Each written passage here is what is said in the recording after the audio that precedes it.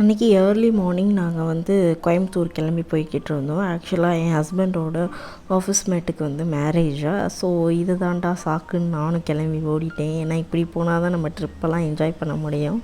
So early மார்னிங்கிறனால அதிகுட்டி அப்படியே தூங்கிக்கிட்டே தான் வந்தான் கொஞ்சம் தூரம். அப்புறம் கொஞ்ச நேரத்துலேயே பார்த்திங்கன்னா அப்படியே விடிய ஆரம்பிச்சிருச்சு. ஸோ நல்லா இருந்தது கிளைமேட்டு.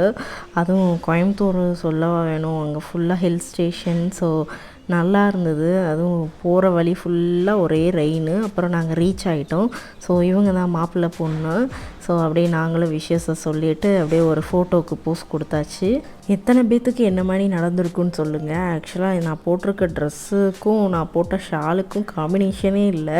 ஆக்சுவலாக ட்ரெஸ்ஸு பார்த்திங்கன்னா மதுரையில் இருக்குது, என்னோடய ஷால் பார்த்திங்கன்னா பெங்களூர் வீட்டில் இருக்குது. நான் எப்படி அதை அங்கே எடுத்துகிட்டு போனேனே தெரில. ஸோ அப்படியே ஒரு மாதிரி மிக்ஸ் மேட்ச் பண்ணி ஒரு வழியாக அப்படியே போட்டாச்சு. ஆனால் எனக்கே ஒரு மாதிரி ஆக்வர்டாக இருந்தது அந்த ட்ரெஸ்ஸு. அப்புறம் பார்த்திங்கன்னா மார்னிங்கே அவங்க வந்து 6:30 to 7 தான் முகூர்த்தமாக. ஸோ ஏர்லி மார்னிங்கிறனால அவங்க மார்னிங் பிரேக்ஃபாஸ்ட்டும் லன்ச்சும் ஒரே மாதிரி இருந்தது. ரைஸும் அதிலே வச்சுட்டாங்க, வெஜிடபிள் பிரியாணி. அப்புறம் அதிகுட்டியோட ட்ரெஸ் எப்படி இருக்குன்னு கமெண்ட்ஸில் சொல்லுங்கள். ஆக்சுவலாக ரொம்ப தொலைன்னு இருந்தது கையெல்லாம். என்னோடய வீடியோஸில் பார்த்தாலே தெரிஞ்சிருக்கும், அதிகுட்டி வந்து ஒரே ஜீன்ஸ் பேண்ட்டு இல்லை மாறி மாறி டிஷர்ட்ஸு அந்த மாதிரி தான் போடுற மாதிரி இருக்கும் ஃபங்க்ஷனுக்கு. ஏன்னா இவன் வந்து பெருசாக இந்த மாதிரி ட்ரெஸ்லாம் போட மாட்டான். போட்ட நிமிஷத்துலேயே அதை வந்து கழட்டுங்க அப்படின்ட்டுருவான். ஸோ காரில் உட்காந்தோனையுமே அவன் வந்து அதை வந்து கழட்ட சொல்லிட்டான்.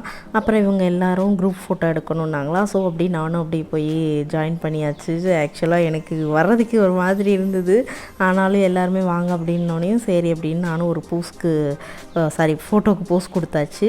அப்புறம் அது முடிஞ்சோடனே அதிகுட்டி வெளியே வந்து ஒரு டிராக்டர் இருந்ததா. ஸோ அங்கே பாருங்கள் அவன் எப்படி அந்த டிராக்டரை ஓட்டுறானே. ஆக்சுவலாக இப்போ வந்து அவங்க டேடி கார் ஓட்டுறதுனால அவனுக்கு தெரியுது எப்படி கியர் போடணும், எப்படி பிரேக் போடணுன்னு. ஸோ அதை தான் எக்ஸ்ப்ளோர் பண்ணிக்கிட்டு இருந்தான் அவங்க டேடி சொல்ல. அப்புறம் நானும் அப்படியேவும் இங்கிட்டு வந்து ட்ரெஸ் சேஞ்ச் பண்ணிட்டேன். ஆக்சுவலாக நம்ம கோயம்புத்தூர் போனது வந்து கல்யாணத்துக்கா இல்லையோ, ஆனால் நல்லா ட்ரிப்பு போகலாம் அப்படின்ட்டு அடுத்து அந்த ட்ரெஸ் சேஞ்செலாம் பண்ணியாச்சு. ஸோ அடுத்தடுத்து ட்ரிப்பு வந்து விலாகாக வரும். ஸோ ஓகே, டாட்டா பாய்.